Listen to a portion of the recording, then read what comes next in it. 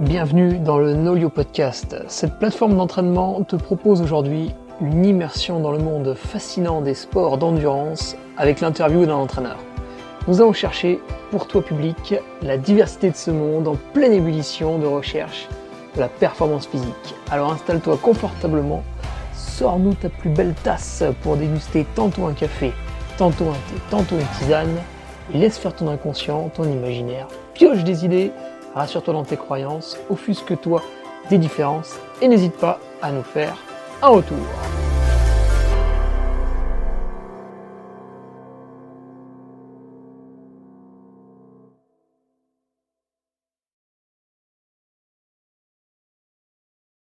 Allez, bonjour à tous, vous êtes sur le NolioCast, épisode numéro 5 et aujourd'hui nous nous entretenons avec Simon Gosselin. Simon, bonjour. Salut. Voilà, Salut Simon Nolio. n'est pas réveillé. Alors, Simon, allez, je te présente brièvement. Donc, toi, tu es un jeune coach par rapport à ceux qu'on a eu avant toi. Tu as aussi la particularité d'évoluer au sein d'un team Try, le Team Matrix, puisque tu coaches des athlètes de ce team et tu es aussi athlète. Alors, Simon, comment est-ce qu'on peut te présenter le côté athlète, le côté coach avec les formations que tu as finies récemment? Qu'est-ce qui te caractériserait le mieux?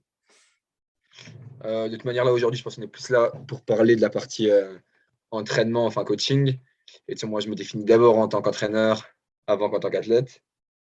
Moi, du coup, pour brièvement me présenter, j'ai 26 ans, j'ai fait un master entraînement et optimisation de la performance sportive. Moi, là-bas, je viens du vélo de route. Donc, j'en ai fait d'abord pareil en tant qu'athlète. Et après, j'ai commencé à entraîner là dans une équipe de DN1 à Bourg-en-Bresse, donc il y a 6 ans de ça. Là, aujourd'hui, j'arrête petit à petit, parce que du coup, il y a 3 ans, j'ai fondé avec Thomas Janichon le Team Matrix. Et du coup, je suis la majorité, enfin quasi l'ensemble des athlètes du team. Du coup, petit à petit, c'est en train de me prendre quasiment tout mon temps. Donc, donc voilà, pour une brève présentation de l'évolution de mon parcours. Ouais, du vélo, on en a fait un petit peu ensemble et on avait une particularité, Simon, je ne sais pas si tu t'en souviens, c'est que respectivement, chez nos parents, autour de Chambéry, la mode Servolex, on faisait quasiment le même tour le samedi avant les courses du dimanche. Un tour qui faisait 1h15, 1h30 sur les hauts de la motte. On passait quasiment aux mêmes endroits et on s'était croisés 2 ou 3 fois. Oui, c'est vrai, ouais. Ça Le m'avait petit fait tour de marrer. déblocage. Ouais, de toute Voilà, façon, le fameux déblocage. c'est ça. Soit tu passes par Aix-les-Bains, là, par le Podio, je ne sais même plus comment il s'appelle en vrai, tu vois. Au-dessus là, au-dessus de Grésy, soit par les balcons d'Aix, les balcons du Bourget. Ouais. Ouais, le Poggio, c'est la petite côte au-dessus du chemin des Poètes. Pour ceux qui connaissent, on y passe au départ du Grand Trail du Lac. Alors Mhm. Simon, tu es devenu coach alors que que tu es d'ailleurs toujours aujourd'hui quand même un très très bon athlète. Tu vas peut-être nous donner quelques-unes de tes performances ces 2 dernières années en trail, ça parlera à certains. Pourquoi devenir coach justement alors que tu es déjà physiquement un très bon coureur? Euh, moi, c'est juste à la fin, Tu en vas me fait. dire à un moment donné, il faut travailler quoi aussi, hein. Ouais, déjà, il faut travailler, mais l'idée, moi, c'était pas forcément. Enfin, l'objectif, c'était vraiment pas d'être athlète à la base. En gros, quand j'ai fini mes années lycée, enfin, j'avais réellement envie d'être entraîneur. Enfin, en gros, notamment via le vélo, enfin, c'était un métier qui me faisait rêver. Du coup, en gros, j'ai commencé Staps avec cette seule idée en tête, en gros, d'être entraîneur. Parce que c'est quelque chose qui me motive, on va dire, et qui m'anime via, on va dire, les relations humaines et la recherche de performance scientifique qu'il peut faire derrière. Donc, c'est pas du tout dans l'idée de me dire je suis athlète et il faut que je me trouve un job. C'est plutôt juste que c'est un job, enfin, c'est le métier en fait que j'ai envie de faire. Et, euh, et au final, j'ai toujours, on va dire, mené plus ou moins de front ma carrière, entre guillemets, ma carrière d'athlète à côté. Et, euh, et là, c'est vrai que 3-4 ans que j'ai fini mes études, vu que je peux m'organiser, enfin, j'organise mon temps comme je le souhaite, ça me permet d'avoir pas mal de temps pour m'entraîner. Sachant qu'avec les athlètes du team qui sont dans le coin, en fait, je fais énormément de séances avec mes athlètes. Et du coup, ça aide aussi en fait, à progresser au niveau perso. Est-ce que tu peux nous donner le nombre d'athlètes que tu suis, Simon? Ouais, Environ, hein, bien sûr, on n'est pas, tu vois, si tu en as su 17, pas forcément obligé de nous dire 17, hein. non, non, mais moi, j'en suis environ 12. Environ une douzaine, ouais. Enfin, C'est environ une assez peu douzaine. quand même, hein. Ouais, bah, c'est assez peu. Après, par contre, j'ai Ça dépend ce que tu 80. fais. C'est ça, le truc, c'est que j'ai 95% de haut niveau. Ouais. Où, c'est quand même des athlètes qui prennent du temps, qui demandent un investissement au quotidien. Moi, j'essaie d'aller quand même pas mal sur le terrain avec eux. Mhm. J'essaie de les avoir très, très régulièrement par message ou au téléphone, d'avoir par exemple, tous les retours des séances. Au final, c'est dans les équipes pro à vélo, les mecs, ils suivent souvent 7 à 8 mecs, hein. Donc, en soi, c'est beaucoup par Exactement, il y rapport à. avait, je sais plus si c'est vraiment son nom, mais il y avait Samuel Bellenou, je crois, un entraîneur en Ouais, cyclisme, Samuel Belno, ouais. on parlait assez de lui dans les années un peu avant 2010. Ouais, là, il est la Euh, COF maintenant, ouais. ah oui, Il bah est, voilà, tu vois, il c'est est comme quoi, responsable père de la COF, c'est lui qui gère Guillaume Martin, ouais. il n'y a pas de hasard. Et il se sentait dépassé avec 10 athlètes en 2008 parce que ça lui demandait trop de temps, tu vois. Il poussait tellement l'analyse loin. Et on peut le comprendre parce que donc toi, tu vas t'entraîner avec les athlètes, c'est-à-dire que tu ne te contentes pas de faire une offre de coaching. Voilà, je remplis un plan. Alors toi, tu utilises Nolio, mais ce n'était pas le cas de Loïc Ruffo juste avant. Je remplis un plan sur une application, mon athlète le consulte, il exécute l'entraînement, je regarde si c'est bien fait ou pas, et on passe à la suite, etc. etc. Un peu comme Patrick Bringer qui est sur le stade en même temps que ses minimes cadets, toi, tu es sur les chemins en même temps que tes trailers. Oui, bah, ce qui est même sympa, c'est que avec la plupart d'entre eux, au final, on peut même partager en fait des séances intensité et on va dire se tirer la bourre ensemble. Du coup, ça c'est un côté de enfin, partage et de ressenti de l'entraînement qui est intéressant, même s'il y a quelques reps, j'aime bien les faire, on va dire, j'aime bien les faire, comment ça s'appelle, à côté du chemin, on va dire, pour aussi l'observer, mais c'est sympa aussi d'être dans l'effort et là, ça permet de ressentir des choses et de partager. Ouais, vraiment de partager l'effort et de pouvoir en discuter ensuite, d'analyse des séances ensemble. Et c'est vrai que c'est un truc qui est très sympa. Enfin, en tout cas, que moi, j'affectionne et je sais que la plupart de mes athlètes aiment ça aussi. Ah, Donc, parle voilà. bien face à l'écran, Simon, sinon en fait Ouais, le son va diminuer en fait quand tu tournes la tête forcément. Donc reste bien face à l'écran comme tu étais, c'est parfait. ok. Euh, Juste pour revenir, parce que tu as dit que tu t'entraînais plutôt des gens de haut niveau et ça demandait du temps. Alors, c'est pas du tout pour stigmatiser les athlètes amateurs, mais il y a quelque chose de très simple, c'est que quand vous avez un athlète de haut niveau et que vous devez lui filer 7 ou 8 séances par semaine, ça demande un peu plus de temps que de construire un planning pour 4 séances, hein. C'est bien ça, Simon, il n'y a pas de… Bah, ouais, en fait, pour moi, il y a plusieurs choses qui font que ça prend un peu plus de temps. Il y a, c'est ça, le fait qu'il y ait plus de séances à la semaine, qu'en fait, il ait aussi plus de temps le plus souvent dans son quotidien. Donc, en fait, aussi pour t'envoyer des messages, aussi Ah, il casse-couille. pour non, il n'est pas casse-couille, mais souvent, il va avoir plus de temps pour faire plus de retours de séance ou plus ouais, d'échanger, on va dire, à peine plus au quotidien, ou des fois, il va être un peu plus demandeur sur des points méticuleux. Et du coup, ouais, au final, enfin, globalement, ça prend un peu plus de temps, quoi. Mmh. Et est-ce que, je ne crois pas que tu le fasses, mais est-ce qu'il te demande parfois quelques conseils nutrition, sommeil, prépa mentale, un peu les à côté de l'entraînement, on va dire? Ouais, bah alors, de toute manière, bon, enfin, prépa mentale, enfin, en fait, tout l'ensemble, moi, je suis très intéressé, on va dire, sur tous les aspects de la performance. Donc, je me renseigne au maximum et enfin, tu vois, via des études, enfin, bref, via où tu peux trouver, on va dire, des informations fiables. Mais du coup, moi, je leur donne un conseil ou des tendances. Par contre, si l'athlète a besoin d'un suivi très précis en nutrition ou qu'il y a vraiment un blocage mental, et là, il faut vraiment des compétences, on va dire, pro et pas juste naturelles, on va dire. Et ben là, par contre, je vais les orienter sur des spécialistes. Mmh. Donc, en gros, je fais la première base au quotidien, ou en gros, discuter sur un ou deux points, notamment sur la nutrition, un peu sur les dernières études, tester deux, trois trucs. Mais, euh, mais s'ils ont besoin, on va dire, de savoir quoi manger à chaque repas, là, maintenant, je vais les envoyer chez un nutritionniste, quoi. C'est pas mon job Mmh. de faire ça. Par exemple, pour affiner un poids de forme, voilà, on va être sur d'autres conseils un peu plus lourds que simplement ce qu'il faut que je me resserve des pâtes, quoi. c'est ça. Ou qu'est-ce qu'il faut. Ou à la rigueur, moi, en fait, la nutrition pendant la course, je la gère pas trop mal, on va dire. Mmh. Et C'est oui, c'est plus. puisque bah, toi aussi tu cours, donc forcément tu vois à peu près ce qui fonctionne. Les athlètes que tu suis ont à peu près le même âge que toi en plus. Ouais, bah, le plus jeune, c'est de là, cette année, il doit avoir 18.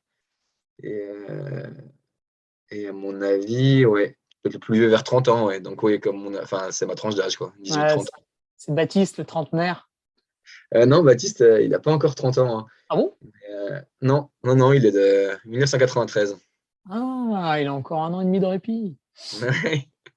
OK. Alors, Alors Simon, pour rentrer un peu plus dans le vif du sujet, au niveau de l'entraînement, en plus, toi tu sors, on va dire des diplômes, c'est assez récent, donc tu as peut-être encore tous les chiffres bien en tête.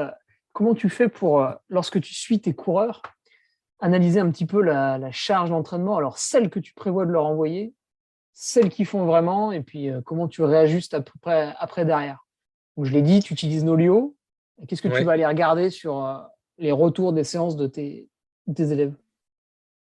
Attends, il y a, en soi, bah, enfin, avec le vélo, c'était facile. On avait des indicateurs via la puissance. Mais là, du coup, on va plutôt parler de trail parce que c'est le cœur du sujet, on va dire, qui t'intéresse Oh, tu peux parler des deux, aujourd'hui. hein, tu sais, Simon, hein, c'est intéressant.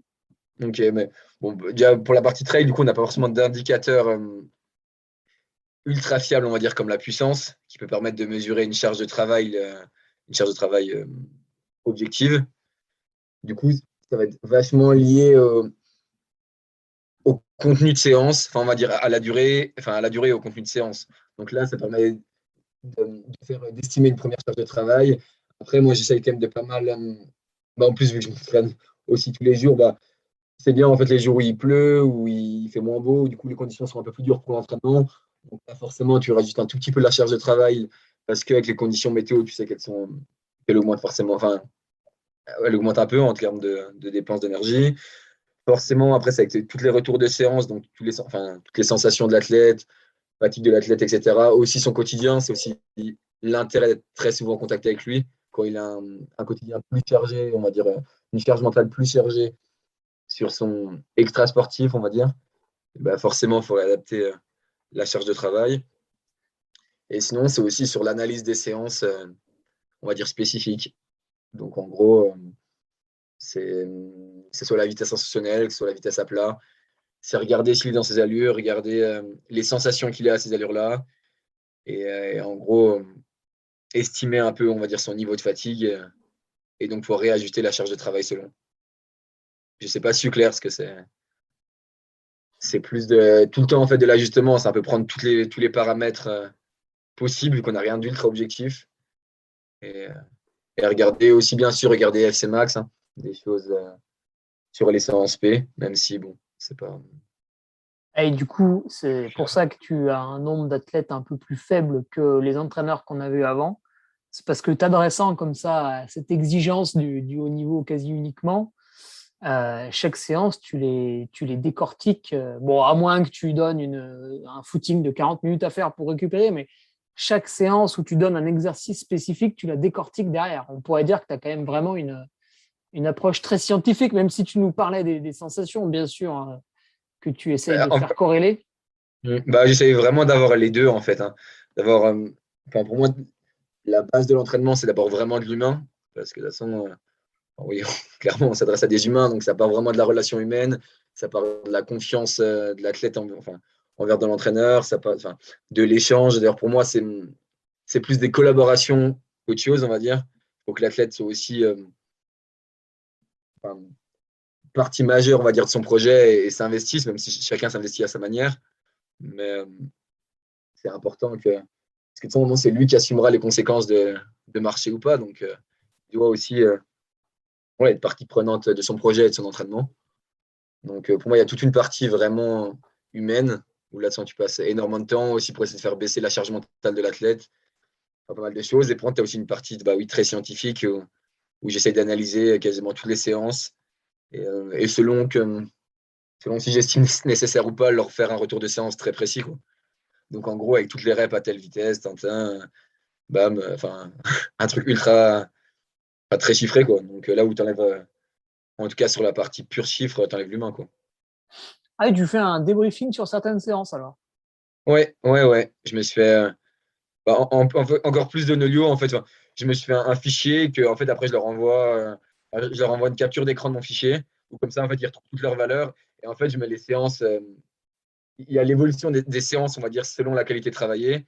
Et comme ça permet de se dire, bah là, regarde, par exemple, si on bosse la VMA ou autre chose, on voit les premières séances et on voit les séances on va dire, au bout de 4-5 semaines de travail de la qualité. Et on peut voir, du coup, s'il y a amélioration ou pas, s'il n'y a pas de progression, du coup, on se demande pourquoi il n'y a pas eu de progression. Enfin, c'est, ça permet, on va dire, d'avoir un truc très chiffré plutôt que de dire, ouais, je crois que tu as progressé. Ouais. Ouais, c'est vrai que quand on est athlète, on passe les séances d'entraînement semaine après semaine. Puis bon, en fait, avec l'entraînement, on n'évolue jamais du jour au lendemain. Enfin, en tout cas, quand on ne prend pas trop de produits. Et du coup, on ne se rend pas compte de son amélioration, parce que voilà, c'est au bout de 3 semaines qu'on commence à passer des chronos intéressants. Donc, pour celui qui n'analyse pas forcément son entraînement après ses sorties, un athlète, on va dire, qui obéit à son coach, mais qui derrière est un peu, qui voilà, il fait l'exo, mais bon, il ne regarde pas trop non plus. C'est bien de lui rappeler avec ce petit graphique évolutif. Alors, tu vois, moi, par exemple, je le sais maintenant parce que ça fait déjà plusieurs hivers. Je recommence à courir, je fais une séance de VMA. Bon, c'est pas terrible, mais je mets une 15 pour faire des 400 mètres. Et puis, au bout de, je sais pas, un mois et demi, bon, bah, ça y est, on est arrivé à une 10, quoi. Ça y est, le cycle VMA est fini. On peut passer à la suite. Ouais, ouais, c'est l'avantage quand un athlète se connaît. Ça aussi, en gros, il sait à partir de quel VMA il est performant, on va dire, et il n'y a pas besoin de l'améliorer plus, on va dire, bah, pour un trailer, hein. Après, pour un pistard ou sur la route, je pense qu'il y a toujours besoin de l'améliorer plus. Mais Ah oui, oui, nous, enfin, en tout cas, dans le tribe, longue distance, comme je fais, on se cantonne voilà, à une certaine base. Après, on passe à autre chose, parce que c'est multifactoriel, la performance. Alors, plus c'est long, plus c'est multifactoriel. On se demande presque même à un moment donné s'il faut vraiment courir. Et tu as des athlètes, justement, Simon, là, qui montent en distance ces dernières années, hein. On peut féliciter Baptiste Chassagne qui a fait une belle CCC. C'était son premier long, hein, c'est ça? ouais, ouais, c'est son premier long. Ouais, ouais, Finalement, il t'a fait évoluer, toi aussi, non? ouais, bah, ça qui est vraiment intéressant, on va dire, c'est que j'ai la chance d'avoir des athlètes qui me font confiance sur l'ensemble de leur projet. Et du coup, effectivement, bah, en fait, moi, ça me pousse à me remettre en question, à reformer ou en tout cas me réintéresser à toutes les bases pour entraîner du coup plutôt sur du long et du coup adapter l'entraînement. Et du coup, c'est ce qui rend la chose ultra intéressante. Maintenant, pareil, je suis des skieurs alpinistes l'hiver. Moi, j'en ai 4-5 qui sont en équipe nationale. Et du coup, c'est top, quoi. Enfin, il y a 3-4 ans, moi, je connaissais pas, je n'étais pas du tout spécialiste du ski alpi. Et du coup, vu qu'eux, ils préféraient que je les suive sur l'ensemble de leur projet, on va dire, à l'année, pour avoir un seul interlocuteur. Bah, ça m'a obligé, on va dire, à me former. Et tu t'es mis au ski, d'ailleurs, non? Ouais, je me suis mis après, j'en fais pas spécialement en compète, mais ouais, je skie beaucoup, Ah beaucoup ouais. l'hiver. Ouais. T'en faisais pas ces dernières avant ça, non?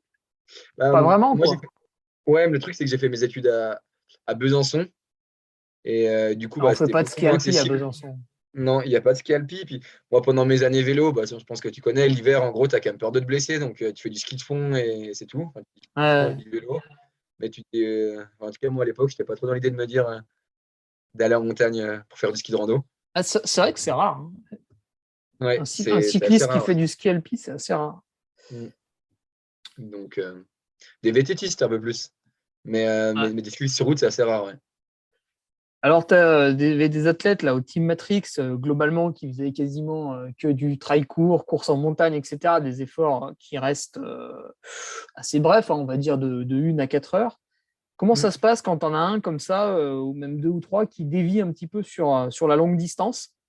Est-ce que tout de suite tu lui dis, ah, putain, c'est génial, t'as raison, vas-y, on fonce, on y va? Ou est-ce qu'il y a eu des petites réticences? Tu lui as dit, ah, non, mais attends, est-ce que tu es vraiment sûr? Ça change quand même un peu de sport. Est-ce que moi, je suis compétent à côté pour t'accompagner? Ou est-ce qu'il y avait cette petite folie de la nouveauté qui a fait que vous y êtes allé? Non, mais alors, dans le cas de Baptiste, en fait, c'est un projet à long terme. Dès qu'il est rentré dans le team, donc il y a 3 ans, il nous a dit, moi, de toute façon, à terme, moi, je vais faire d'ultra et c'est pour ça que je fais du trail. Ah ouais, Donc, ça, d'accord. ça, ça a tout le temps été clair dès le début. Sauf que lui, c'est un athlète qui a commencé sur le tard, on va dire, la discipline et qui a quand même envie de pouvoir y aller progressivement pour bosser quand même, se forcer d'abord à bosser un peu la vitesse, à bosser d'autres qualités. Et du coup, en fait, c'est un projet qu'on a construit très rapidement, du coup, qui a été un peu modifié avec l'année Covid. Mais, euh, mais dès le début, l'idée, c'était qu'il glisse petit à petit sur Ultra. Et donc, de toute façon, ça va se confirmer en 2022, en 2023 et sur les années suivantes. D'accord. Hein. Et bon, il m'a contacté récemment pour une petite coursette en début de saison. Ouais, On verra ce qu'on début me dit. mars, Voilà, il une m'a petite, dit qu'il voilà, une course t'avait sympa. demandé un peu des infos. Des infos. Alors là, tu as surtout les athlètes de ton team Matrix, mais tu en as eu d'autres avant, notamment en vélo. Alors, c'était certes encadré par le club de Bourg-en-Bresse, mais aujourd'hui, si quelques coureurs viennent vers toi, que ce soit en cyclisme, en ski alpi, en trail aussi, comment tu vas choisir de coacher quelqu'un? Est-ce que la porte est fermée? Est-ce qu'elle est ouverte? Voilà, qu'est-ce qui va faire que tu vas coacher quelqu'un? Ouais, bon, là, en ce moment, je trouve que la porte est plutôt fermée, mais c'est pas du définitif, on va dire. La voiture, en ce moment, typiquement, là, j'ai eu beaucoup de demandes, on va dire, entre août, septembre, octobre, par Instagram, Messenger, etc. Bref, j'ai eu pas mal de demandes. Et du coup, moi, je me suis posé la question de savoir est-ce que j'allais reprendre ou pas quelqu'un en plus, on va dire, essayer d'estimer un peu mon temps de travail disponible. Et, déjà, en fait, je ne vais pas spécialement maintenant chercher, quand je prendrai quelqu'un en plus, je ne vais pas spécialement chercher du haut niveau, parce qu'en fait, ça Ah, prend t'en du as temps. déjà beaucoup. J'en ai déjà beaucoup, parce que j'ai le team, et enfin, à côté, en plus, j'ai quand même aussi deux athlètes, deux, trois athlètes de haut niveau. En fait, j'en ai que un ou deux qui font pas du très haut niveau, et encore, ils font du niveau déjà très correct, quoi. Donc, euh, donc c'est plus, en fait, sur le projet de l'athlète, sur sa vision des choses, si ça match, on va dire, humainement. Clairement, en fait, moi, j'ai envie de bosser avec des athlètes dont j'ai envie de bosser. Ce qui est trop cool avec le team, c'est vu que je suis cofondateur, en fait, on décide avec Thomas les athlètes qu'on recrute et avec lesquels on va travailler. Donc, en fait, on a envie de travailler avec eux. Et c'est pareil, moi, pour les 4-5 athlètes que j'ai à côté, c'est des athlètes avec qui j'ai envie de travailler. Et vu que là, que j'ai beaucoup plus de demandes que de place, c'est un luxe que je m'accorde. Et ouais, en fait, je vais surtout me fier au feeling, au projet, si ça respecte mes valeurs, enfin plein de choses en fait. Mais c'est plus être de l'humain que de la performance pure. Ça me dérangerait pas du tout d'entraîner quelqu'un qui rêve juste de finir l'UTMB. Ouais. D'avoir que Et ça, je pense que c'est pas un truc qui me ferait vibrer d'avoir 15 mecs comme ça. Par contre, je trouve que c'est un projet, justement, vu que c'est différent, c'est cool, quoi. Ça permet de voir autre chose, de faire autre chose. puis d'un coup, tu vas avoir quelqu'un en face de toi qui va te dire bah, cette séance, j'ai pas pu la faire. Alors, tu vas dire ah, comment ça, c'était trop dur, je comprends pas. Puis il va te dire bah non, c'est ma fille, elle a 6 mois, elle a hurlé toute la nuit, j'étais crevé, quoi. Et là, tu vas devoir Mm. trouver des stratégies pour adapter que tu n'as pas encore fait. Ouais, même si on a quand même pas mal, tous nos athlètes, moi si j'ai un athlète pro, mais hors team, donc tous nos athlètes ont un double projet et du coup, là, ils ont tous des contraintes et ça arrive à tous, on va dire, un étudiant qui a au dernier moment une grosse charge de travail ou pareil pour un mec qui Ouais, mais c'est bosse. pas vrai, ça. Un étudiant, une charge de travail, tu rigoles. C'est rare, mais ça arrive. C'est des menteurs, hein, je sais, j'ai été étudiant. Hein. Mais bon, du coup, oui, ça leur arrive quand même de faire sauter des séances et du coup, tu dois la replacer dans la semaine plus tard et tu dois adapter le plan. C'est aussi Mm. un des points qui prend le temps, hein. C'est qu'il y a des périodes quand l'athlète a plein de contraintes, on va dire, perso à côté. Ça m'arrive de refaire 3 fois un plan dans une semaine, hein. Ou en gros, Oh même d'être au jour là le là. jour. En gros, des fois, sur des périodes, sur une ou 2 semaines, vu que le calendrier d'athlète est trop incertain pour plein de raisons, que ce soit blessure, que ce soit trop chargé, le soir, en fait, il m'envoie un message. Il me dit, demain, j'ai ça en temps. Là, aujourd'hui, j'ai fait ça. Et du coup, je leur envoie sa séance. Ça, c'est sur des périodes très courtes, hein. Ah Mais, oui. mais du coup, l'idée, moi, c'est que ce soit vraiment à la carte.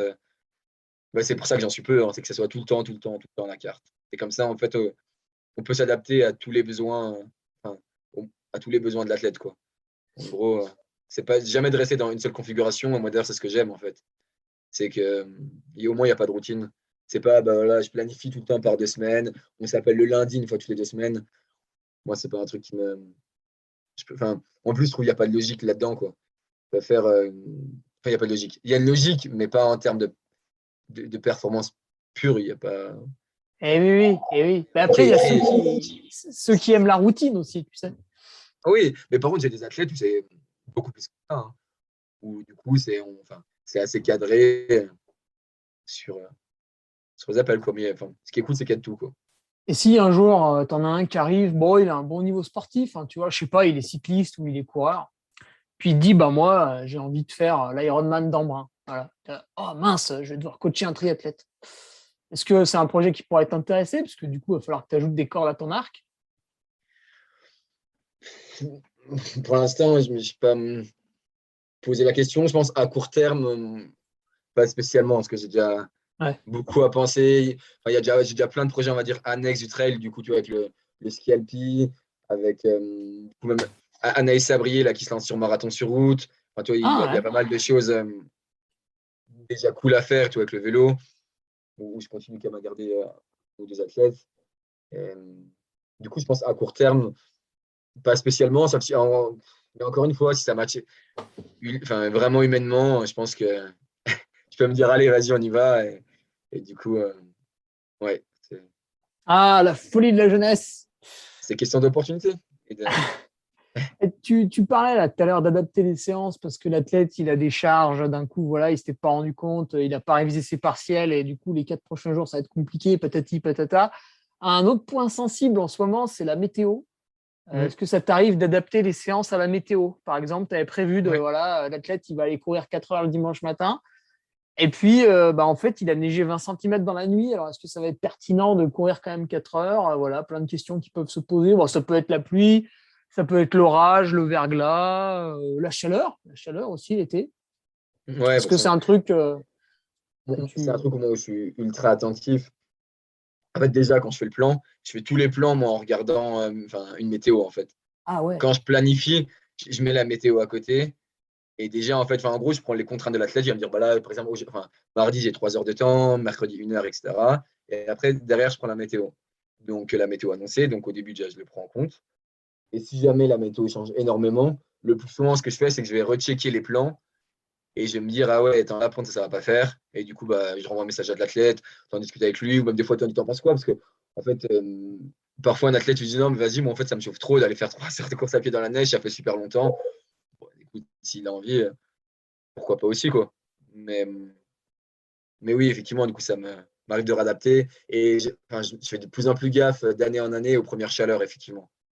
Le plus souvent, la première période de très grosse chaleur, j'essaie de faire baisser la charge d'entraînement pour pas, on Ouais, va dire, pour pas accumuler de la fatigue inutile et qu'au final, tu payes un mois plus tard et tu te demandes pourquoi tu es crevé. Du ouais, coup, parce que tu peux créer une... Ce que j'avais fait l'an passé, en 2020, j'avais créé une déshydratation chronique en attaquant trop fort l'été. Enfin, trop fort, ça restait pas non plus inhumain, mais du coup, à la fin de l'été, en fait, j'avais beau être hydraté le jour J, j'étais dans une déshydratation chronique. Ça venait un peu de là aussi. Pas que, mais voilà, j'avais pas du tout réfléchi à l'amorce de l'été. ouais. Cette année, Et ça la s'est première mieux semaine, passé. J'ai eu le Covid, donc j'ai ralenti de moi-même et après, j'ai pu faire un bon été. ouais. Bon, c'est, c'est mieux d'arriver à le faire sans, quoi. Ouais, non, mais voilà, après, chacun apprend, hein, donc, Ouais, non, c'est clair. Non, mais il faut surtout se méfier, c'est encore plus maintenant. En fait, on peut passer d'une semaine de printemps où il fait 5 degrés à la ouais. semaine suivante où il fait 30 degrés. Et là, prendre ça, enfin, c'est dangereux. C'est pas dangereux, mais c'est facile de se cramer la gueule, quoi. Ouais, ouais, voilà, ouais, tu prends une bonne claque, hein, ouais. Mm. T'as quasiment que des athlètes de haut, très haut niveau, enfin bref, des gens voilà, qui sont là avec une vraie volonté de progression. Du coup, cette question va être assez pertinente pour toi. Est-ce que tu fais du suivi HRV? Eh ben, c'était une longue interrogation pour moi enfin, pendant pas mal de temps. En gros, si je me formais ou pas, parce que le problème, on va dire, de juste faire avec des applications, c'est que il y a quand même toujours vu que c'est quand même, on va dire, assez pointu et assez variant, et surtout que c'est une information, on va dire que si l'athlète voit qu'il est fatigué, ça va forcément le faire cogiter, ça va forcément influer enfin, son entraînement, et du coup, il faut qu'on soit sûr et certain que cette information soit ultra fiable. Ah, c'est marrant, j'avais pensé à ça aussi. Parce que C'est-à-dire, sinon, tu vois une mauvaise valeur, ça te flingue ta journée, quoi. bah, c'est ça. Et le problème, c'est que bah, une grande partie des athlètes de haut niveau sont comme sont des personnes qui peuvent quand même cogiter parce que, enfin, sur ce genre de données.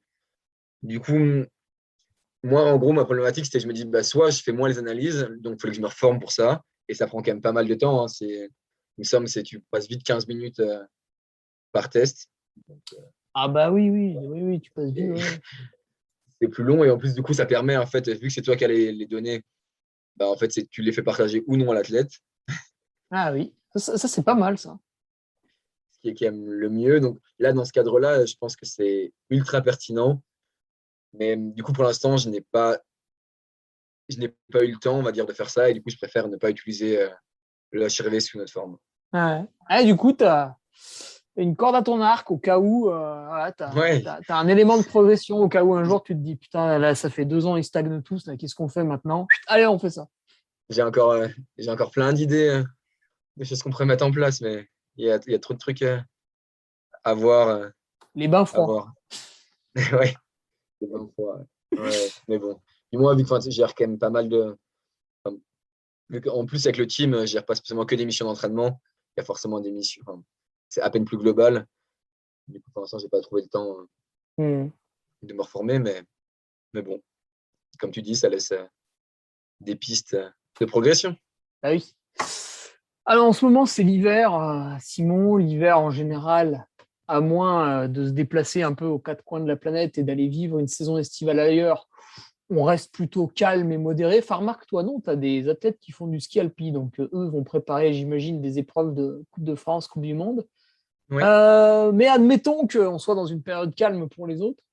Mm, C'est un petit peu la phase de coupure, la phase de reprise.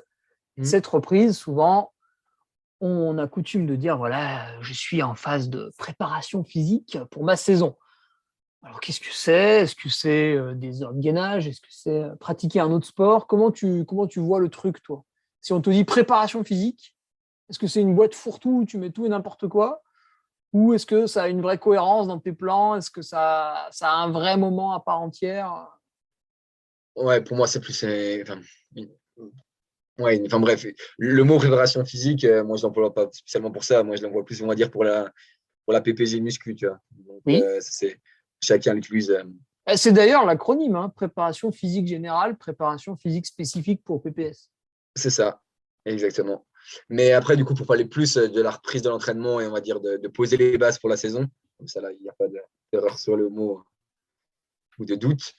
Bah, encore une fois, en fait, c'est que j'ai trop d'athlètes différents pour donner vraiment une tendance. Donc, comme tu le dis, alors moi, je vais avoir des athlètes qui font du ski alpi. Donc, le plus souvent, ils vont finir leur saison de, de trail fin septembre. Eux, ils vont faire du coup une période de repos début octobre. Et ensuite, ils vont remettre les skis de mi-octobre à fin novembre. Et là, plutôt comme sur une période assez foncière, parce qu'en fait, tu es un peu obligé pour retrouver le mouvement, bah, de comme, surtout faire des heures sur les skis. Et donc de faire à peine moins, on va dire, de travail spécifique que pendant l'année. Donc ça, c'est par exemple, ça, c'est le premier fait des skieurs. Après, moi, j'ai des athlètes qui vont préparer soit les crosses, soit la route, soit de la route du coup au printemps. Donc eux, ça va plutôt être d'abord bah, pareil, une coupure, une reprise de façon progressive. Moi, j'aime quand même bien qu'il y ait une reprise avec pas que de la course à pied, pour ne serait-ce par une trop grosse charge mentale directe. Donc après, c'est les envies de chacun. Il y en a qui vont du coup aller faire du VTT, il y en a qui vont faire du ski de rando, même s'ils ne font pas de la saison de ski alpinisme, il y en a qui vont faire du ski de fond, il y en a qui vont faire de la natation, il y en a qui vont faire de la rando, il y en a qui vont faire, enfin bref, en gros, tous les sports possibles, tout en continuant un peu à courir, le plus souvent quand même. Et du coup, bah, après, eux, ils vont basiquement repartir sur des cycles de vitesse. Et après, j'ai ceux donc, qui font vraiment que du trail l'année et qui préparent bah, tant du trail. Mais du coup, ça va plus s'apparenter à pareil, à une période de coupure et après une période un peu hors course à pied. Et du coup, après, une reprise selon les qualités qu'on souhaite bosser pendant l'hiver pour en Mm. profiter, pour développer des aptitudes, soit continuer à bosser sur des points forts, soit bosser des points faibles, soit bosser des points techniques, soit introduire, enfin, quand on va aussi introduire des nouvelles choses ou tester des nouvelles choses, c'est souvent cette période-là, avec plus off, comme ça on peut bien voir comment l'athlète réagit. Il peut aussi l'appréhender vu que c'est quelque chose qu'il ne connaît pas. prendre le temps, on va dire, de se l'approprier et de le maîtriser. Donc voilà, je ne sais pas si j'ai été à peu près clair. Hein. Ouais, en gros, tu définis cette période comme étant un temps calme, c'est-à-dire qu'il n'y a pas de préparation particulière à faire pour une compétition. Donc, on va en profiter pour que l'athlète fasse du sport, pour qu'il reste en condition physique. Et puis, voilà, s'il y a des trucs nouveaux à aller chercher, tu vas aller les chercher. C'est Si ça. c'est quelqu'un, je sais pas, qui a besoin de passer un peu plus de temps à se masser, à s'étirer, ou qui a besoin de passer un peu plus de temps à faire un autre sport, tu vas aller chercher ça Ouais, parce que ou à tu vas faire pas des te dire, ah gammes. non, mais mercredi, il y a le seuil parce qu'il y a la course dimanche, etc., quoi. C'est ça. Non, et puis, l'idée, c'est aussi vraiment qu'ils aient une charge mentale plus faible. Je pense que c'est quand même un vrai point, moi, de la performance, la charge mentale, et du coup, de pouvoir qu'ils soient quand même à peine moins, on va dire, stressés par leur entraînement et par les compétitions qui arrivent. Je trouve que la reprise, et qu'ils puissent aussi à peine plus se libérer sans dire de faire la bringue à tout va, ou même sans dire de faire la bringue. Mais là, juste, c'est de faire un resto qui ne serait pas autorisé en saison, quoi. Quoi? Donc voilà, c'est aussi On sent l'ancien prendre le cycliste qui temps. parle. Hein. Là, ça parle déjà restriction. Non, non, non. Non, non. Mais c'est aussi prendre le temps, j'en sais rien. Il y en a qui ont besoin de prendre le temps pour des potes, pour la famille. Enfin, c'est des périodes où là, pendant 1 ou 2 mois, j'aime bien en tout cas qu'ils puissent mettre à peine moins en priorité le sport et qu'ils se vident un peu la tête de tout ça pour être prêt, notamment mentalement, à repartir pour la saison. Eh oui, parce qu'après, ça va reprendre. Ça va reprendre sévère avec les vraies séances du coach, quoi. Après, donc il faudra avoir bien lavé le corps en amont. Simon, ça fait pas longtemps que tu coaches. Bah oui, excuse-moi, hein, ceux avant toi avaient 20 ou 30 ans d'expérience, donc Ouais, non, forcément, non, là, mais tu oui. vois, il y a un petit peu une différence. Alors, heureusement, avec Loïc, on est déjà descendu un peu, puis toi, encore un peu Mhm. descendu. Du coup, cette question a encore pas mal de sens, puisque comment fais-tu pour progresser en tant que coach? Tu sors de l'école avec un diplôme. Bien sûr, tu avais coaché en parallèle quand tu passais le diplôme. Et Exact. ensuite, pour t'améliorer, améliorer tes compétences, voilà, comment ça. Est-ce que tu pourrais me donner tes trucs et astuces? Tu Ouais, disais que tu lisais un peu tout à l'heure, non, sur les différents sujets? ouais, c'est de lire un peu sur les différents sujets. Il y a 1 ou 2 podcasts. Là, dernièrement, il y a le podcast, je ne sais pas si tu vois, de Mathieu Lambert qui est vraiment, enfin, moi, en tout cas, que je trouve assez pertinent. Sur pas mal, il y en a pas mal qui sont cool. Tu peux trouver ça. J'écoute des podcasts qui sont pas vraiment dans la course à pied, plus dans la préparation physique générale et la musculation. Moi, je sais pas si c'est ça, mais ça, Mathieu Il Lambert, y a non? tout, ouais. Lui, il vient D'accord. du vélo comme mec. Mais bref, enfin, tu vois, moi, typiquement, ouais, podcast, j'en écoute un peu. Comme ça permet d'optimiser soit des temps de trajet, soit, soit d'autres trucs. Euh, idéalement, là, je vais essayer de refaire peut-être 1 ou 2 formations. Puis, j'essaie aussi de vachement échanger avec d'autres personnes, on va dire, qui bossent, qui travaillent dans la performance. Puis même, en fait, d'échanger avec d'autres athlètes, d'échanger avec énormément de monde, de fouiller un peu sur Strava, surtout, en fait, essayer d'aller prendre le maximum d'infos à tous les endroits, puis après, on va faire le tri. Et comme ça, en fait, j'ai une boîte à outils la plus complète possible. Et là, je peux me dire, ah putain, mais ça, pour cet athlète, putain, lui, il faisait ça, putain, ça peut peut-être correspondre pour un tel. Et hop, essayer. Et on voit si ça marche, on voit si ça marche pas. C'est plus ça mon idée, ouais, d'essayer ouais, d'échanger au max avec le maximum de personnes pour avoir une boîte à outils bien remplie. Et quand tu as passé ton master à Besançon, tu as eu des cours par Fred Grapp, non? Ouais, par Fred Grab, donc qui gère la performance à la FDJ, par Julien Pinault, je sais pas si tu Oui. vois. Bah, moi, Qui est entraîneur aussi à la FDJ. c'est ça qui suit son frère, là, Thibaut, notamment, et pas mal d'autres athlètes de la FDJ. J'ai eu, bon, bref, de toute façon, pas mal de coachs. Tu vois, c'est Samuel Bennou, là, t'en parlais, il nous a fait quelques cours aussi. Ah, d'accord, il faisait des cours là-bas. Ok. Ouais, ouais. Moi, c'était un gros pôle, on va dire, au niveau vélo, en termes d'entraînement. Oui, aussi bien en VTT qu'en cyclisme sur route d'ailleurs. Ouais, ouais, ouais. Est-ce que tu aurais un petit livre à recommander, tu vois, sur l'entraînement? On parlait justement de Frédéric Grapp qui a écrit un bouquin qui est, je pense, encore indémodable. Est-ce que tu en Ouais. aurais éventuellement un autre ou... Ouais. Pareil, en fait, sur les bouquins, je pense que, enfin, pour moi, il y a aucune bible, mais tous les bouquins sont ultra intéressants. Donc, je peux suivre celui de Grave, Un peut-être qui t'a marqué, pas forcément une Bible, ouais, en effet, un qui t'a marqué, tu te dis, putain, celui-là, j'ai bien fait de le lire. celui de Hutchinson, là, j'ai plus le nom exact. D'Alex Hutchinson, je sais pas si tu vois. Non. Mais c'est pas un entraîneur de base, hein. C'est sur le livre des 2 heures. Attends, je suis en train de taper sur Google. Il est un athlète. Le livre des 2 heures? Non, mais où il parle du record des 2 heures là, de Kipchoge. Ah, Endure. Ah, d'accord. Endure, ouais, de Hutchinson, qui est pas mal. Ouais. Après, c'est comme tout, hein, il y a du bon et du moins bon. Mais ouais, il y a 2, 3 types sympas, ouais. Et si tu avais un film documentaire qui t'a un petit peu marqué, que tu recommanderais éventuellement, peut-être pas forcément sur l'entraînement, peut-être plus sur le goût de l'effort, la motivation. Quand on fait du home trainer, on s'ennuie un peu des fois, on a besoin de voir un joli Bah, documentaire. tu mets l'attaque de Philippe Gilbert dans le Coberg en boucle, non? Toi, t'es fan de ça un petit peu aussi, ouais. Ouais. Non, non, tu vois, on peut aussi penser, je sais pas moi, à des intérieurs sport Ouais, pour un ouais. trailer, pour lui donner envie. On peut penser, il y a eu un beau reportage sur la nage, là, je me souviens plus ce que c'était très intéressant, mince. Ça a commencé à dater un peu, mais où on voyait Philippe Lucas, voilà, qui coach, voilà, j'adore ça, hein. Ouais. Des trucs un peu comme ça, non? Pas trop film, série? Si, non, mais en fait, tu l'as dit, quoi, tout ce qui est intérieur sport, tout ce qui est, tu vois, série type Movistar, là, je sais pas si tu as vu Ah ouais, elle a été citée souvent, celle-là, hein. sur le vélo, ou C'est rigolo, hein. là, de tête, j'ai pas. C'est pas le truc que je regarde de plus en reportage, mais si, de toute façon, en soi, tous les reportages qui sont faits sur des athlètes, tu peux trouver sur YouTube, etc. Il y a plein qui sont Ouais. inspirants et intéressants. Ouais. Donc, Ok. donc ouais, mais Et en d'ailleurs, particulier. au Team Matrix, vous êtes grand producteur de vidéos quand même, hein. Bah, écoute, on essaye ouais, d'en faire. Ouais. On a lancé notre web série cette année. On Hmm. va faire perdurer les années suivantes. Ouais, c'est très sympa. Bon, bah, tant mieux.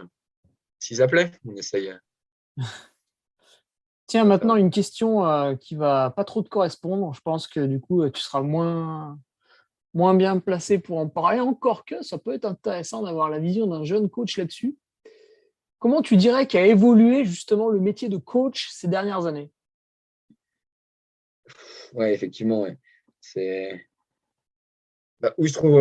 Déjà, je pense que moi, je n'ai pas assez de recul, comme je disais, par rapport à des entraîneurs là, comme ceux que Ah, tu as eu depuis le début, qui ont 20 ans d'expérience. Et je pense qu'ils ont un réel recul sur la discipline et sur l'entraînement. on en a eu, si tu veux, ils faisaient les plans au téléphone. Ouais, donc je pense que forcément, en soi, ce qui a révolutionné déjà l'entraînement, c'est des applications comme Et Nolio, oui. Training Peaks, et Oui. ça, c'est évident. Donc, après, pour le reste, dans tous les cas, je pense qu'au jour d'aujourd'hui, tu prends 10 entraîneurs, ils peuvent avoir 10 méthodes de travail tellement différentes. C'est difficile, après, en termes d'entraînement pur, de dire ce qui évolue. Mais par contre, je pense que c'est plus les outils. Ouais. Les outils, c'est clair que je pense que maintenant, c'est ce qui permet de rajouter un côté bien scientifique, quoi. Tu vois, bah, même les montres GPS, en fait. Montre GPS et Nolio, quoi. Ouais. Ouais, puis tu vois, il y a quelques coureurs qui utilisent maintenant aussi des applications où tu n'as pas vraiment de coach derrière. Enfin, évidemment, elle a été créée par un coach, elle n'a pas été créée par une fermière. Tu as aussi peut-être une augmentation des coureurs qui veulent avoir un coach, hein. Tu l'as dit là depuis août, sur Messenger, Instagram, on est venu te chercher. C'est quand même des trucs assez nouveaux, ça. Ouais, après, même si chaque année, le plus souvent, à la fin des saisons, tu es tout le temps un peu contacté, on va dire, je pense que c'est un peu la période où les Ah athlètes ouais, ouais. Ah ouais, souhaitent d'accord. changer de. Enfin, je sais rien, mais on va dire en vélo et en trail, ça marque plus ou moins la fin de saison. Et le nouveau est le début de prochaine. Donc, je pense que c'est là que les athlètes Ah, tous ceux qui n'ont cherchent pas aussi marché, ils veulent changer de coach. ça. Tiens, allez, celle-là, elle est marrante, je l'aime bien. Ta plus grosse erreur en tant que coach? La boulette, Simon, la boulette.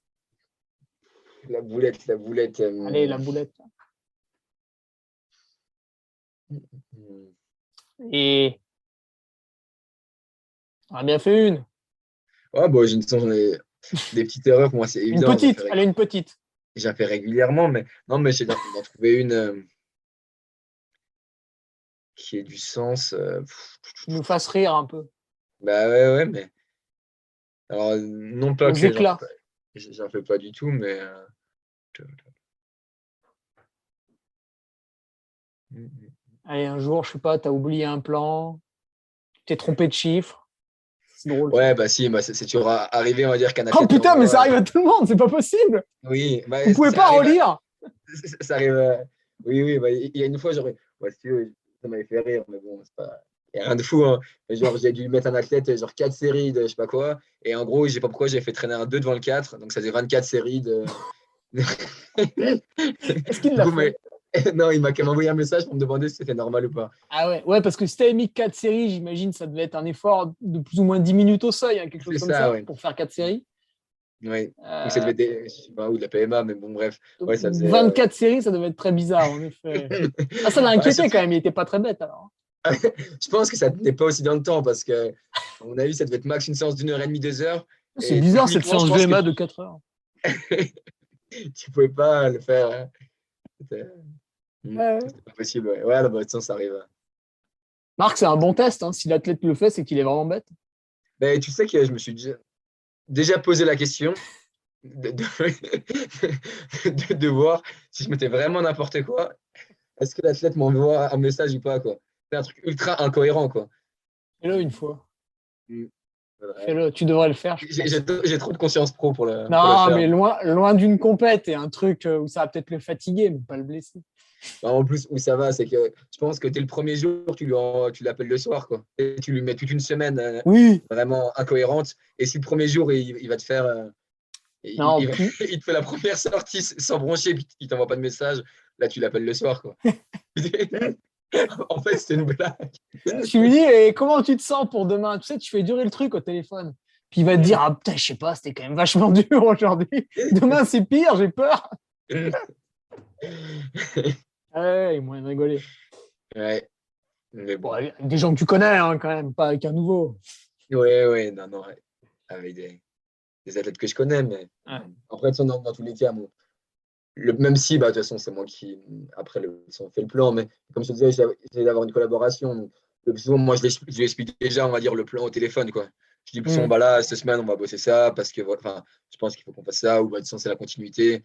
Et en gros, quand il ouvre le plan, normalement, il s'attend à. Enfin, en plus, il m'a donné, on va dire, ses dispos, j'ai plus ou moins 10 que je pensais lui mettre. Il est Ouais, déjà, on va ok. dire, plus ou moins en accord.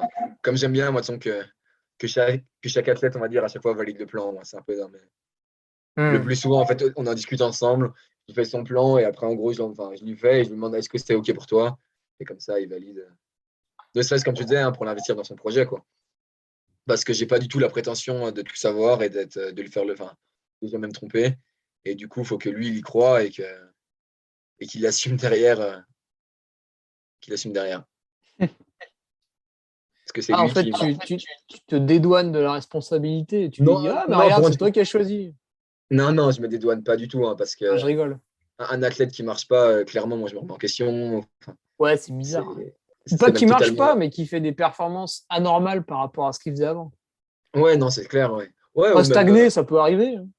ouais, mais même s'il stagne, alors que, tu vois, enfin, ouais, si, moi, ça me fait vite réfléchir, quoi. Sans dire de Hmm. tout remettre en cause et de vouloir changer, hein.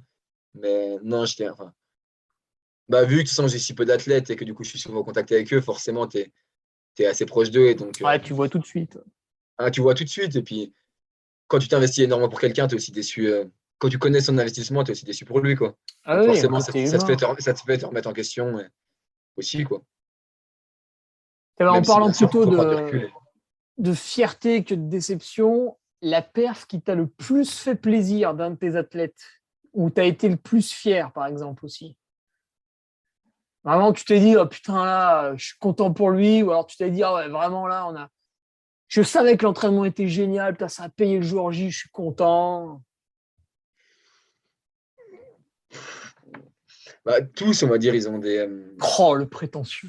Non, mais on va dire, pas le prétentieux, mais la plupart, il y a toujours une course qui dit ah putain, là, c'est trop cool, on a fait un vrai beau cycle. Après, bah, il y a des moments que tu retiens, on va dire, le premier athlète qui est champion de France, premier athlète qui est champion du monde, ou on va dire, première énorme perf sur, bah, tu vois, typiquement sur un Golden. Tu vois, ici, moi, c'est un peu les perfs. Le plan que tenu. Et le Python, c'est vrai que ça arrivait après des bons cycles, on va dire, d'entraînement et des périodes où ça s'est quand même plutôt bien passé, où on a plutôt bien bossé. Des fois, on est sorti de saisons compliquées. Donc, ouais, c'est des moments. Donc, ouais, où tu es plutôt fier et tu es content. Et oui, parce que quand, Continuer à bosser. quand tu réussis ta performance après avoir fait un long chemin à l'entraînement, il y a vraiment la fierté du travail bien fait.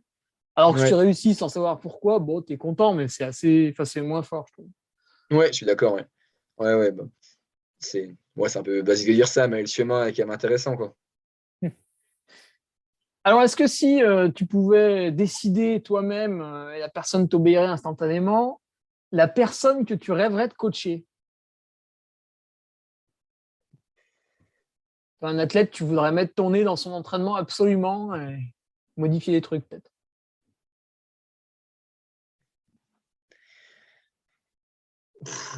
Honnêtement, mais c'est chiant, mais il y a tellement.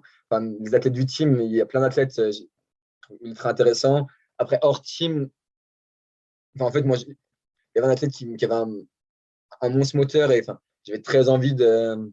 Et je trouvais que c'était largement améliorable et de pouvoir bosser avec. Et du coup, bah, je bosse déjà avec. Là, j'étais que je sais pas. Peut-être Kylian Jornet, je vois qu'il a quitté Salomon, peut-être qu'il vient à Matrix. Ouais, mais tu vois, parce que moi, enfin, ouais, tu vois, entre tous ceux du team, moi, du coup, là, depuis un an, je sais pas si tu vois Rémi Bonnet, qui Oui. était un moteur de fou. Et bah, enfin, typiquement, c'est un truc qui me motivait vraiment parce que pour moi, enfin, il était améliorable. Et du coup, Ouais. ouais, ça cool, plein de trucs à faire. Mais ça cool. Non, en vrai, pas spécialement. En plus, oui, bah, Kylian, mais en soi, il a fini sa carrière. Donc, des mecs comme Oh, ça, la légende ne meurt jamais, hein. oui, non. Il n'a pas fini sa carrière, mais il a déjà tout fait. Tu vois. Je pense des mecs avec une espérance de fou, comme des Xavier Thévenard, des François Daen, des Kylian Jornet, forcément, c'est ultra intéressant, mais limite, j'ai l'impression qu'ils m'apprendraient aussi eux énormément. Quoi. Ah oui, Donc, peut-être, oui, c'est vrai. moi, je suis bien les entraîner, mais en fait, ils vont m'apprendre la vie. Quoi. Donc, Ouais. Ah, en non, cyclisme, coacher un Pogacar, un Carapaz. ouais, ouais, clairement, ouais. Bah, je me suis à peine éloigné du milieu, mais oui, oui, ça donne potentiellement envie, même si bah, forcément, tu te mets si. Ouais, coacher un mec, tu sais, c'est une machine à tuer, quoi. Tu peux lui envoyer des trucs de fou furieux, bam, c'est exécuté. Ouais, ouais, ouais. Je me souviens d'un magazine de vélo, c'est très très vieux, hein. C'est juste après les années 2000. Bon, on était un petit peu à l'apogée du dopage aussi. Et il y avait Davide Rebellin qui donnait son entraînement dans ce magazine. On était sur une petite oscillation entre 35 et 40 heures par semaine, avec des séances d'intensité au bout de 6 heures d'effort. Enfin, moi, j'ai lu ça, j'étais dans un film de science-fiction, c'était fabuleux. Et ça Ouais, serait je l'ai lu, je marrant à crois, ce faire. magazine aussi. Mm.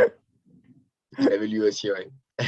Ouais, Ah, ouais, bah, il y a des trucs. Et on ce qui est rigole, drôle, c'est mais que les mecs passent les séances, quoi. ouais, Avec n'empêche, un tel moteur. c'est quand même un vrai passionné du vélo parce qu'il commence à être quand même très vieux et il roule toujours très très bien. Donc, on dira ce qu'on Ouais, voudra, mais ça reste quand même un très grand passionné. ouais, Tiens, non, clairement, ouais.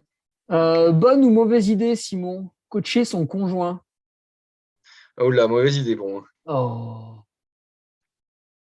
En tout cas, pour moi, enfin, moi, je le verrais comme une mauvaise idée, on va dire, dans ma perception, on va dire, de mon équilibre, de Ouais, mon mais parce que équilibre tu es un perso. coach méchant.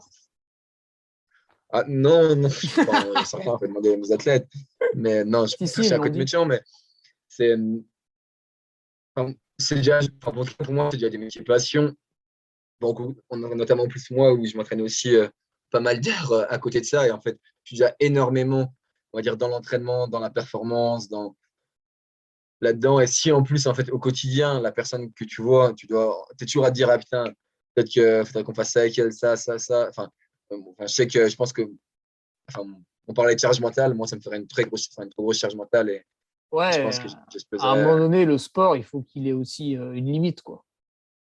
Bah, plus que le sport, moi, c'est plus la performance, quoi. Si en gros, Oui. c'est-à-dire que tu dois tout le temps penser performance, performance, performance, tu dois penser performance pour toi, performance pour ta conjointe, performance pour tes athlètes. Et en fait, ouais, enfin, en tout cas, moi, je m'en sens pas capable. Après, je pense que d'autres, ça marche très bien.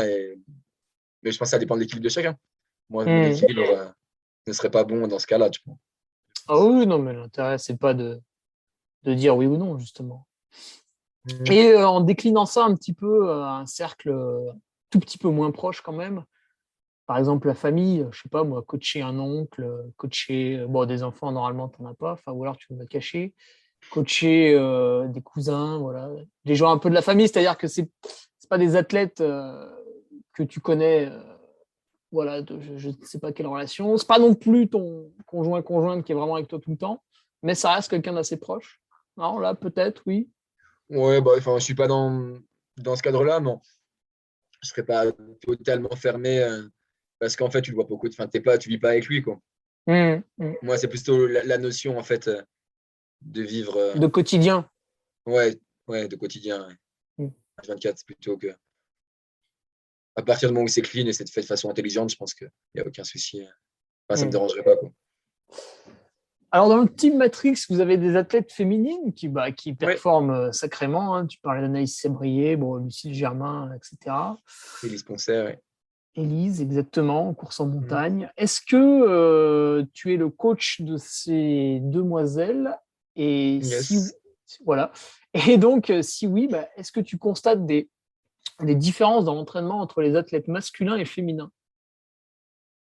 Oui, bah, alors, enfin, forcément, elles n'ont pas la même sensibilité. Et Ouais, moi, dans tous les cas, j'essaye de prendre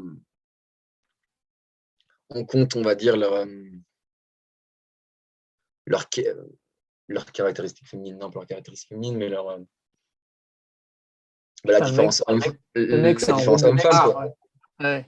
Ouais. Enfin, en gros, plus ou moins, enfin, bah ouais, forcément prendre en compte un minimum les cycles, enfin, ce Oui, genre parce de qu'on choses, quoi. l'a pas encore relevé, mais tu vois, je m'étais pas penché sur la question. Bon, c'est vrai que ça me touche pas, hein, donc forcément, je me penche d'abord sur ce qui me touche.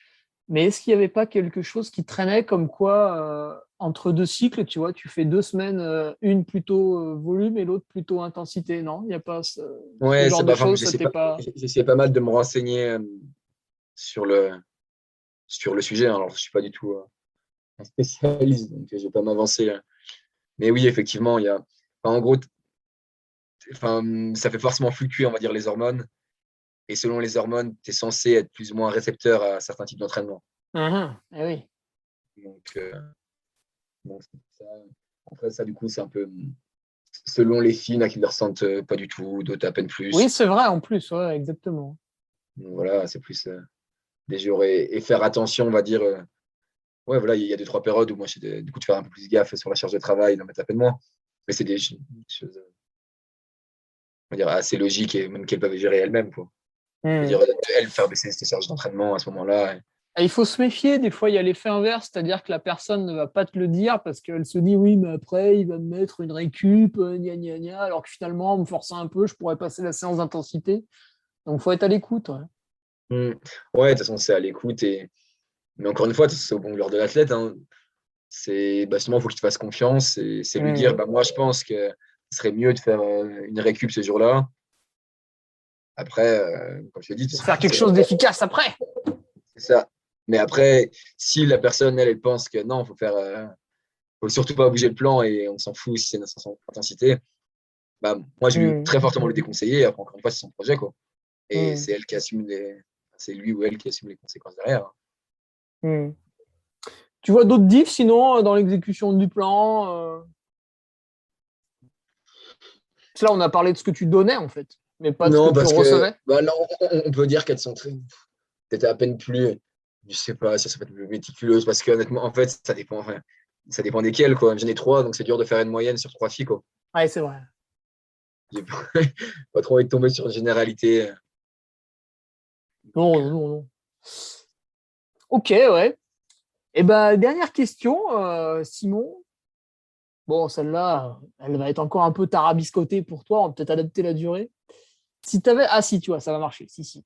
Si tu avais un conseil à te donner 5 ans en arrière, donc c'était peut-être encore pendant tes études, mm, tu vois, un conseil, un truc vraiment que tu aurais pu. Voilà, tu l'aurais fait ce jour-là, tu aurais gagné du temps ou autre chose.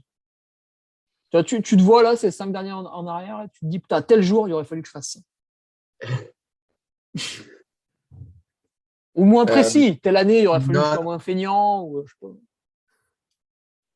Ah, ok, toi, tu parles plus sur l'évolution de ma carrière Oh, du travail. pas Non, forcément, mais ça peut, après, ça peut être non, athlète. en termes d'entraînement, c'est. Moi, je me dirais qu'il faut. Il y a 5 ans, je pense que je prenais typiquement pas assez en compte, par exemple, la charge mentale globale Ah ouais, bien, d'un athlète. Et je pense que, enfin, pas mal ça. persuadé que, en soi, quelqu'un qui a une charge mentale, d'ailleurs, il y a des études maintenant qui vont un peu dans ce sens-là, hein, quelqu'un qui a une charge mentale très faible, il peut limite borner comme un porc et il va jamais se surentraîner. Enfin, ça va être compliqué, on va dire, qu'il tombe dans un surentraînement ou qu'il se blesse. Alors, quelqu'un qui a une charge mentale très élevée, avec peu d'heures, au final, il peut se cramer la gueule. Donc, ouais, bien la prendre en compte et essayer de voir, même si chaque athlète de base n'a pas la même charge mentale, mais justement essayer quand même de la diminuer un peu, sans leur dire que tout le monde, enfin, tout le monde ne pourra pas ne pas avoir de charge mentale, mais on va dire dans tous les cas, essayer de la diminuer et la prendre en compte, on va dire, pour la planification d'entraînement. Donc, ouais, si j'ai un conseil à me donner il y a 5 ans, ce serait peut-être celui-là. Ouais. Et oui. Ça serait d'aller borner. Hein, ça serait d'aller borner. merci Simon pour ton temps en tout cas. Est-ce que tu veux rajouter un petit mot de la fin? Tu vois un truc dont on aurait oublié de parler, tu te dis tiens quand même c'est important. Non, c'était sympa d'échanger. J'espère que j'ai pas été trop pas compréhensible, mais je sais pas si j'ai donné des réponses très tranchées. Donc, Ah j'espère que. c'est sur le ton de la discussion, hein, donc des fois il faut chercher ses mots, c'est normal. Hein. Je te remercie Simon et puis à bientôt et on souhaite une bonne année au Team Matrix, voilà, qui démarre de la meilleure des façons, on l'espère. Salut merci. Simon. Et à toi aussi. Ciao. Tu viens d'écouter un nouvel épisode du Nolio Podcast. Je sais, c'était génial. N'hésite pas à réagir sur l'une ou l'autre de nos plateformes, que ce soit notre page Facebook, Instagram, notre groupe Strava ou sur LinkedIn. Les liens sont dans la description. Allez, à bientôt pour un nouvel épisode. Salut.